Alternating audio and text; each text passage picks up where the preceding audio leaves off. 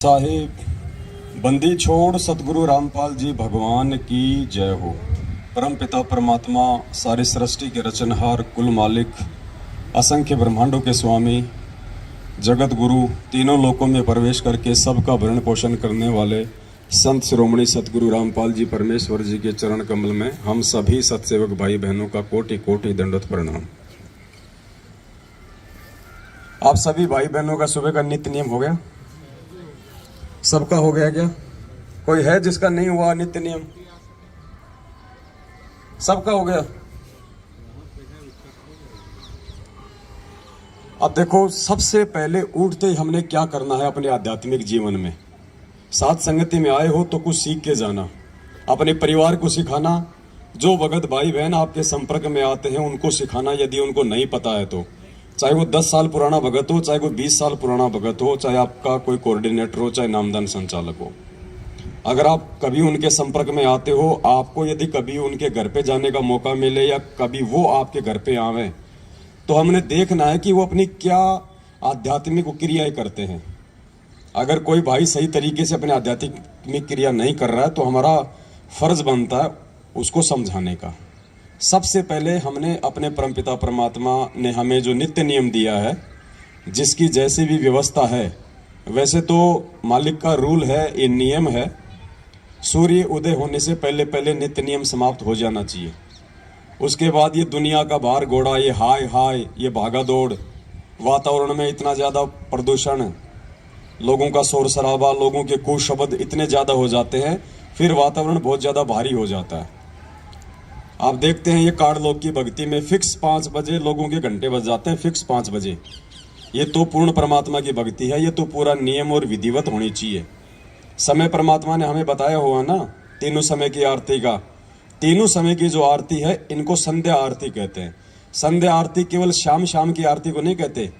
परमात्मा ने कहा कि जो सुबह का नित्य नियम है ये भी जो है मतलब संध्या आरती है।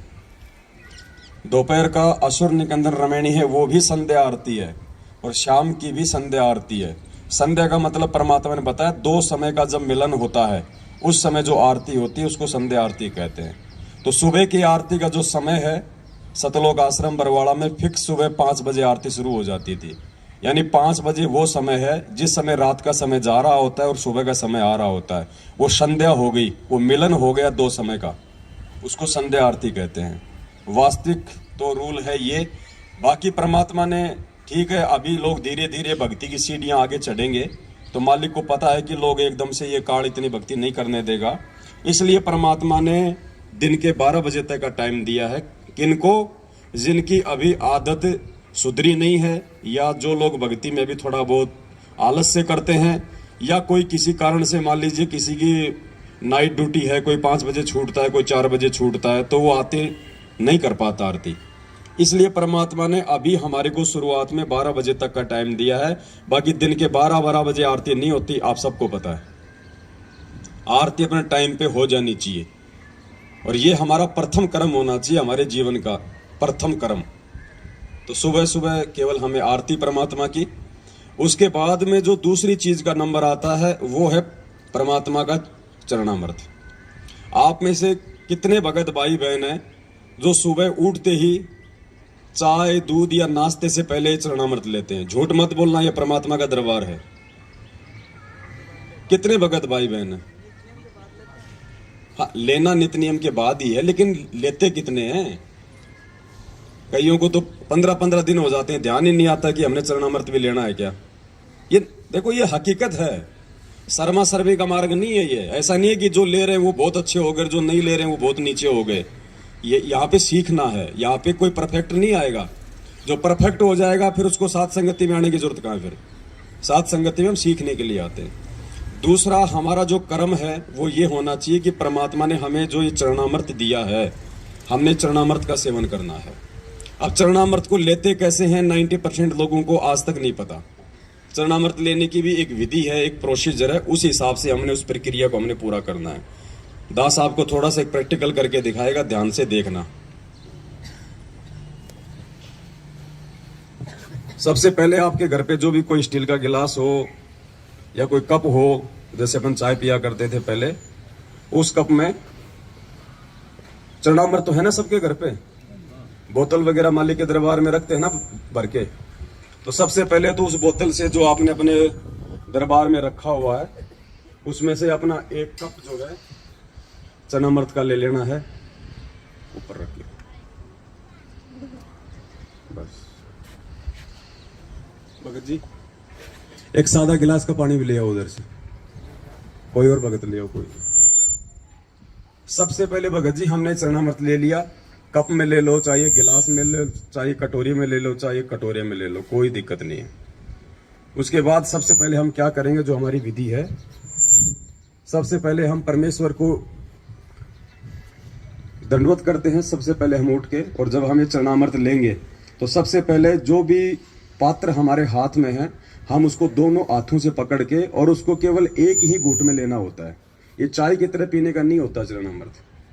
इतना है लोग कि जितना आप एक घूंट में आप उसको पी सको एक बार में, 2 बार में भी इसको नहीं पीना है, एक बार में आपका पूरा अंदर ये चला जाए।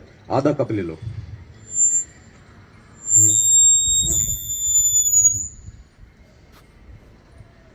उसके बाद में सादा जल लो, थोड़ा सा इसमें डालो और इसको साफ करना है।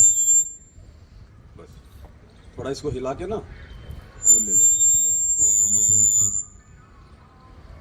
अगर ये स्टील का गिलास है ये, तो आपने स्वयं इसको अपने हाथों से साफ करना है। ये नहीं कि आपने लेके चरणामृत छोड़ दिया, फिर आपकी बेटी धो रही है, आपका बेटा धो रहा है, आपकी माँ धो रही है, आपकी पत्नी धो रही है। नहीं, ये चरणामृत है, ये नियम है। आप कोई सेठ नहीं है, कोई शाहूकार नहीं, आप कोई अनिल अंबानी नहीं है, आप एक भगत है। ये चरणामृत जो आपने लिया है ये आपने स्वयं ही धो के साफ करके वापस रखना होता है। डिस्पोजल में चरणामृत नहीं लेना चाहिए, क्योंकि जब हम इसको फेंकेंगे तो वो अंश जो है मतलब साथ में जाएगा। तो कोशिश करें भाई, जैसे कोई चीनी मिट्टी का बर्तन हो, कोई स्टील का हो, कोई भी जो पात्र होता है जिसको अपन धो सके, उसमें हमने चरणामृत लेना है। उसके बाद हमने परमात्मा को दंडवत करना है, और दंडवत करके फिर हमने साइड में हटना।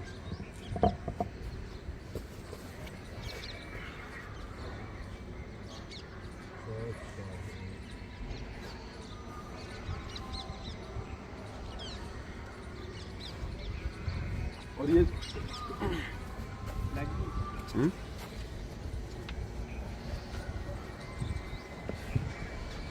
और ये जो दंडवत है ना, इतना समझाने के बाद भी काफी संख्या में भाई बहनों को दंडवत भी ढंग से करना नहीं आता है, या फिर वो जानबूझ के नहीं करते, पता नहीं कौन सी उनकी वो ट्रेन छूट रही होती है। दंडवत तो कम से कम आराम से कर लिया करो, आते लेट जाते सीधा। जबकि परमात्मा ने कह रखा कि दंडवत प्रणाम करने से पहले जमीन पे घुटने टेको, हाथ जोड़ो, मालिक के चरणों की तरफ देखो, कम से कम 2 या 3 मंत्र का जाप करो, जो भी आपको मिला हुआ है, प्रथम नाम, सतनाम, सारनाम। आराम से शांति से नीचे घुटने टेक के पहले मालिक की तरफ देखो, अच्छे से परमात्मा के चरणों के दर्शन करो, 2 या 3 मंत्र का जाप करो, कोई जल्दबाजी नहीं है, ट्रेन नहीं छूट रही। उसके बाद फिर दंडवत प्रणाम करो सीधे बिल्कुल। उसके बाद फिर हमने ऊपर उठना। अब देख रहे हैं दास बिल्कुल आता है, मारता सीधी फेट। वो दंडवत नहीं है भगत जी। परमात्मा कहते हैं जय गोपाल दंडवत करे, पैरों पड़ प्रणाम, असल सलाम है, ऐसी कुछ वाणी है परमात्मा की। और दुआ करो दिल पाक। जब तक आप हृदय से दंडवत नहीं करोगे ना, देखा देखी भी नहीं चलेगा कि वो कर रहा तो चलो मैं भी करूंगा, नहीं तो और बाकी लोग क्या कहेंगे। वो दंडवत प्रणाम नहीं है। जब तक आप अपने हृदय से उसको एक यज्ञ मान के नहीं करोगे, उसका कोई फल नहीं है, चाहे आप दिन में 1,00,000 बार दंडवत कर लो। परमात्मा ने तो कह दिया कि अष्ट अंग से दंडवत प्रणामा, संध्या प्रात करे निष्कामा। अगर तुम निष्काम भाव से विधिवत तरीके से अगर सुबह और शाम 2 टाइम भी अगर तुम दंडवत कर लोगे तो भी परमात्मा कहते हैं बहुत है। 50 बार लेटने की आवश्यकता नहीं है, कोई दिखावे का मार्ग नहीं है ये। और जब करो तो उसको विधि से करो, वरना उसका कोई फायदा नहीं है। क्यों फिर अपने घुटने तोड़ रहे हो झुक झुक के। तो यदि आज से पहले कोई भाई यदि चरणामृत नहीं लेता है, या लेता भी है तो वो विधिवत नहीं लेता है, तो भाई ये चीजें ध्यान रख लेना। और कोई भाई ऐसा हो जिसको नहीं पता है इन बातों का, तो फिर हमारी जिम्मेदारी बनती है हम उनको ये चीजें हम समझाएं। और उसके बाद जो भी आपके घर में प्रसाद रूप में जो भी चीज़ आप रखते हो, कोई मिश्री या खांड या फिर वो मखाने वगैरह, वो भी आप जिस चरणामृत के बाद में भी ले सकते हो, या जैसे आपका नित्य नियम समाप्त हुआ उसके बाद थोड़ा थोड़ा सभी को बांट दो, जो भी आपके उपदेश है। ये चीजें हमने लेनी है क्योंकि ये हमारी भक्ति की खुराक है। ये कोई महीने 2 महीने में या खांसी जुकाम हो जाए उस समय लेने की नहीं है। परमात्मा कहते हैं चरणामृत कदाचित पावे 84 कटे लोक सिंधावे, पेज नंबर 23 नित्य नियम पे लिखा हुआ है चरणामृत के मातम्य में। तो क्यों दिया? वो बोतल में भर के कोई सजाने के लिए थोड़ी दिया परमात्मा ने, कोई मोल थोड़ी आ रहा है भगत जी। वो खत्म होने को लगे तो उसमें सादा पानी और डाल दो, बढ़ता रहेगा वो आगे से आगे। ये खुराक ही नहीं खाएंगे तो हमारी भक्ति में रुचि नहीं बनेगी। दूसरा भाई, सात संगतियों का एक नियम है, आज से पहले था या नहीं था, भंडारा उसी आत्मा को मिलेगा जिस आत्मा ने अपने प्रथम नाम की माला पूरी की होगी, नहीं तो भंडारा नहीं मिलेगा। जिस आत्मा ने अपनी प्रथम नाम की माला पूरी नहीं कर रखी होगी उस आत्मा को भंडारा नहीं मिलेगा। पहले माला पूरी करो, उसके बाद उसको भंडारा मिलेगा। ये हमारा प्रथम कर्म है, ये भक्ति। रोटी हमारा प्रथम कर्म नहीं है। अगर हम लोग उस परमेश्वर का नाम लेके अगर हम भंडारा नहीं कर रहे हैं पहले, तो हम लोग अन्न नहीं खा रहे, हम लोग वो पाप खा रहे हैं। तो आज के बाद अपना नियम बना लो, इस परमात्मा की भक्ति से बढ़ के दूसरा कोई काम नहीं है, कोई काम नहीं है दूसरा। आराम से टाइम पे उठोगे तो नित्य नियम भी होंगे, टाइम पे उठोगे तो प्रथम नाम की माला भी होगी आराम से। कोई ज्यादा नहीं है। अब वो समय गया कि हमने चलते फिरते खाते उठते बैठते नहाते धोते, हम कोई अनिल अंबानी नहीं है जो हमारे 250 पेट्रोल पंप चल रहे हैं कि हमने वो संभालना है, हमने वो संभालना। अगर किसी के हैं तो संभालने वाले संभालेंगे, आप अपनी भक्ति को संभाल लेना। नहीं तो जिस दिन वो सबको संभालने वाले ने अगर अनदेखा कर दिया ना, कुछ नहीं बचेगा यहाँ पे। तो ये समय निकालना पड़ेगा भाई, चाहे आप कितने बिजी क्यों ना हो। आपने सुबह सुबह अपनी एक माला प्रथम नाम की करनी पड़ेगी आपने बैठ के। थोड़े दिन तो ये मन रोएगा, ये ढीठ होता है, नहीं मानता। 20 कर लो, 30 कर लो, 50 कर लो, 5-10 मिनट घूम लो, थोड़ा सा इसको रेस्ट दे दो, फिर कर लो बैठ के। भाई ये हमारा ये रूटीन हो जाना चाहिए भगत जी। फिर सतनाम तो जिसको मिला हुआ तो अपना चलता फिरता वो तो भाई वो अपना करते रहो, लेकिन ये प्रथम नाम का ध्यान रखो। आप अपने घर पे भी जिस दिन आपकी प्रथम नाम की माला नहीं होती है और भंडारे का समय हो गया तो आपको मतलब शर्म आ जानी चाहिए। आपको शर्म आनी चाहिए कि मैं ये भोजन नहीं खा रहा, मैं ये पाप खा रहा हूं। इस भक्ति से मिलता है ना यहाँ सब कुछ। परमात्मा ने क्या कहा, कबीरा सब जग निर्धना धनवंता ना कोई, धनवंता सोई जानिए जो राम नाम धन। आज नरेंद्र मोदी भी देश का प्रधानमंत्री है तो केवल इस भक्ति की वजह से है। कभी किसी जन्म में उसने परमात्मा की शरण में रह के भक्ति की हुई है जो आज उसको वो राज मिला हुआ है। ये भक्ति नहीं होती कुछ नहीं मिलता। तो भक्ति से बढ़ के भगत जी कोई कर्म नहीं है। 10-15 दिन तक लगेगा थोड़ा सा ऐसा उबासी आना, आलस से आना, जो है मन ना लगना, तो परमात्मा ने उसका एक ही तरीका बताया। अगर किसी को बुखार हो जाए और अगर बुखार ठीक करना है, ना चाहते हुए भी वो कुनून की गोली खानी पड़ेगी, वो कड़वी गोली आपको खानी पड़ेगी, ना चाहते हुए भी, यदि बुखार ठीक करना है तो। और जब खाओगे तो धीरे धीरे आपका जबर ठीक होगा। तो इसी प्रकार ये मंत्र तो मन जो है नहीं करने देगा, आंट अड़ाएगा। लेकिन परमात्मा कहते हैं जब तुम एक बार 20-30 मन मार के तुम एक बार मंत्र करोगे ना, उसके बाद फिर ये शांत हो जाएगा। फिर ऑटोमेटिक फिर आपका मन लगेगा उन्हीं मंत्रों में, उसी माला में। फिर आपका जब आप 20-30 मंत्र कर लोगे ना, उसके बाद फिर ये थोड़ा थोड़ा ठंडा पड़ जाएगा मन, और फिर आप चाहोगे कि अब मुझे कोई छेड़े नहीं, मैं पूरी माला करूं, इतना आपको आनंद आएगा फिर। तो शुरुआत भगत जी हमने करनी पड़ेगी। इस भक्ति को सतलोक आश्रम मैनेजमेंट हरियाणा ने बिगाड़ दिया है। आप सभी भाई बहन, जब आप नए नए नाम दीक्षा ली आप लोगों ने, आप सबको पता है कि आप कितने भाव से भक्ति करते थे। ये आरती आप कोई ऑडियो से या वीडियो से नहीं करते थे, आप बैठ के अपने घर पे आप नित्य नियम लेके आरती करते थे। जिस दिन आप नाम लेके आते थे, महीना 20 दिन 2 महीने तक, और जैसे ही आप अपने से बड़े बड़े और पुराने भक्तों के संपर्क में आने लगे, आप सबकी आदत बिगड़ गई। देखा देखी में हमने अपनी आदत बिगाड़ ली कि यार ये तो मेरे से पहले से जुड़ा हुआ भगत है, ये तो कोऑर्डिनेटर है, वो चाय भी पी रहा और अपनी रमेणी भी लगा रखी है। तो फिर हमारी आदत बिगड़ गई। अब हमने आदत को सुधारना उसी प्रकार से। और आदत नहीं सुधरेगी तो देखो ऐसे साथ संगतियों में आने से ऐसे भी बात नहीं बनेगी। आए जाओ चले जाओ कोई बात नहीं, बात बनेगी भक्ति से। परमात्मा कहते हैं जब तब संयम साधना सब सुमरण के माई, और कबीरा जाने रामजन सुमरण सब कछु नाही। सुमरण यानी भक्ति, जिसमें आरती मंत्र अपने नियम मर्यादा ये सब आ जाते हैं। तो अपना नियम बना लो भगत जियो। जिन भाई बहनों को संकल्प नाम दीक्षा है वो अपना सुबह उठे, परमात्मा का अपना नित्य नियम करें, अपना चरणामृत लें, बाकी अपना वो काम धाम कर ले। अपना कोई मालिक की कोई वाणी लगा लें, वैसे कोई परमात्मा जी का कोई सत्संग लगा लें, क्योंकि उनको अभी मंत्र नहीं मिला हुआ है तो वो अपना काम वो कर सकते हैं उसके बाद में। लेकिन जिसको नाम मिला हुआ है उन्होंने नित्य नियम के बाद में ये नियम बना लो। अगर आपको लगता है कि मैं तो सुबह अपने ऑफिस जाता हूं, तो भैया 1 घंटे पहले उठना शुरू कर दो। जब ऑफिस के लिए टाइम दे सकते हो और 2 टाइम की रोजी रोटी के लिए, तो आत्म कल्याण तो उससे प्रथम है। 1 घंटा और पहले उठने का रूटीन बनाओ। 1 घंटा पहले सो जाओ रात को। क्या करते हो 11-12 बजे तक? 6 घंटे की नींद परमात्मा ने बहुत बताई। गुरु जी कहते हैं 6 घंटे की नींद सफिशियंट है। आप अगर 11 बजे भी सोओगे, सुबह 5 बजे उठ जाओगे, आपका पूर्ण घंटे में आपका नित्य नियम हो जाएगा। 20-25 मिनट में आपके प्रथम नाम की माला हो जाएगी। फिर क्या करोगे उसके बाद?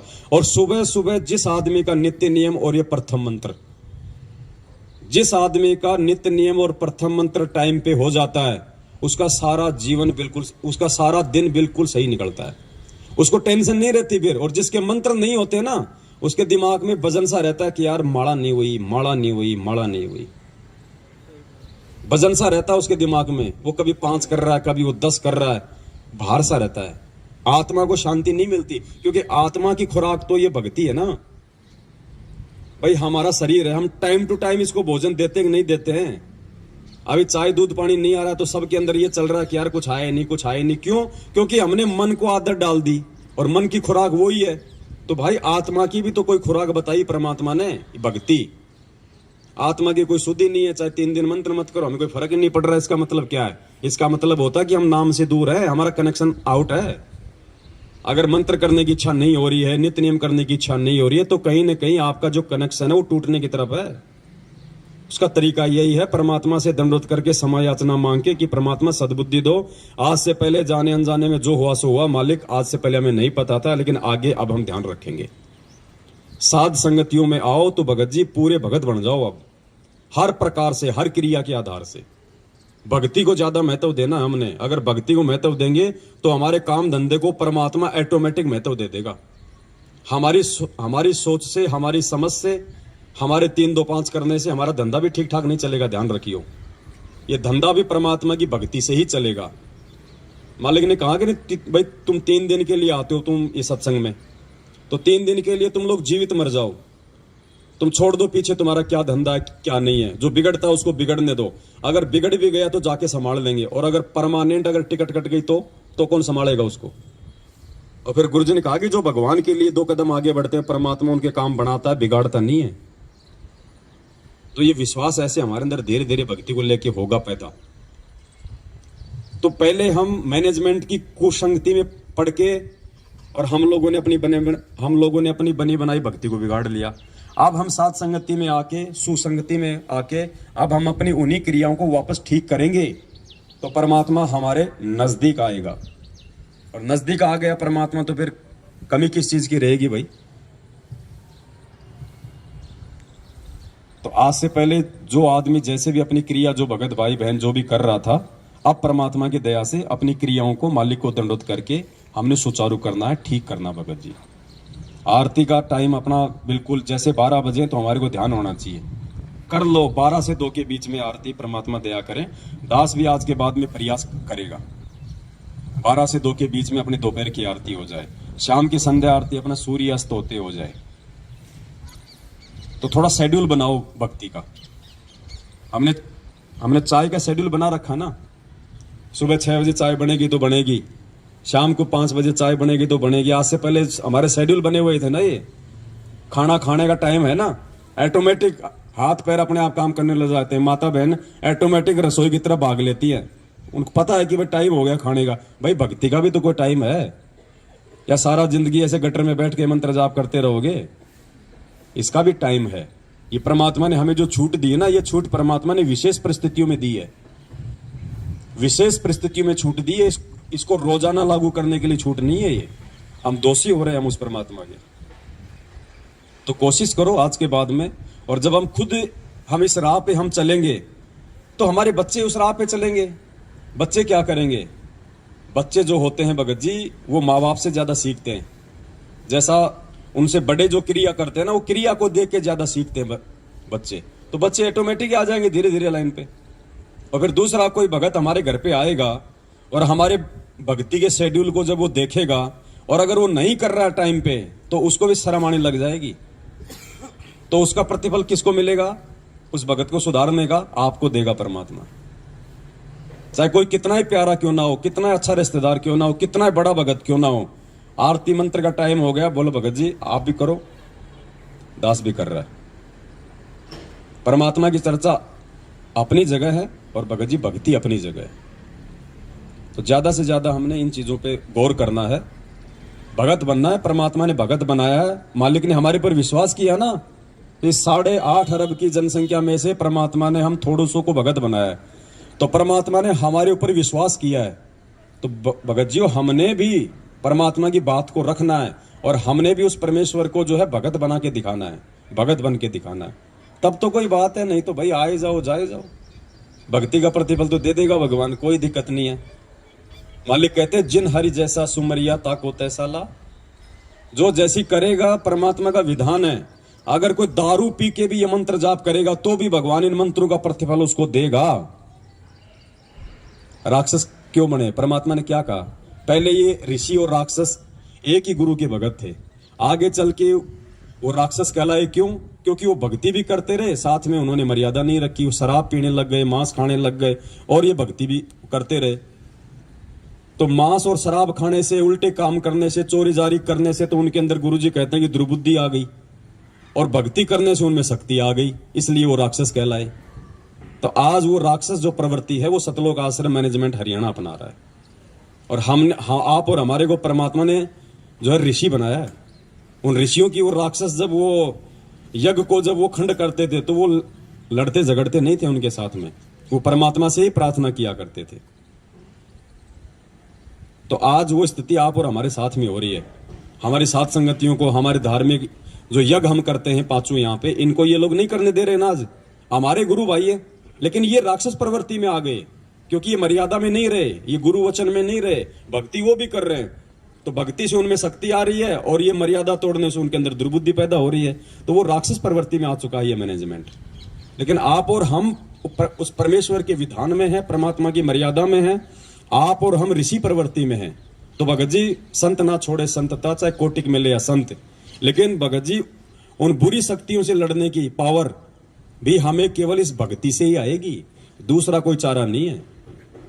गुरु जी ने क्या कहा कि विष्णु जी ने क्या कहा कि अगर मुझे थोड़ा बहुत समय मिलता है तो मैं लक्ष्मी जी के साथ में बैठ के अपना सुख शांति से थोड़ा समय बिताता हूं, अन्यथा मैं तप कर करके और शक्ति प्राप्त करता हूं और राक्षसों से मैं युद्ध करता हूं। तो विष्णु जी को भी वो भक्ति से शक्ति आती है, वो राक्षसों से लड़ने की, बुराइयों से लड़ने की। तो आप और हमें भी भगत जी भक्ति से ही आगे बढ़ने की प्रेरणा मिलेगी, नहीं तो हम ढह जाएंगे। हमारे अंदर कुछ विशेष नहीं है, हमारे अंदर कुछ विशेष नहीं है सिवाय इस परमात्मा की भक्ति के। भक्ति है तो हम हैं, नहीं तो हमारा कोई अस्तित्व नहीं है। और एक बार इस परमात्मा ने अगर नाराज हो गया, अगर ठोकर मार दी, धरती पे कोई संभालने वाला नहीं है। दोस्त भी तुम्हारा दुश्मन हो जाएगा अगर भगवान ने अगर हाथ छोड़ दिया तो। और भगवान हाथ छोड़ता है जो आदमी उसके द्वारा दी गई उस भक्ति की लाज नहीं रखता है, जो टाइम से जो भक्ति नहीं करता है। तो आज के बाद हम सभी भाई बहनों ने ये बरकस ये प्रयास करना है कि हम उस परमेश्वर को अब और ज्यादा हम दुखी ना करें। सतगुरु रामपाल जी भगवान की जय हो। सत साहिब।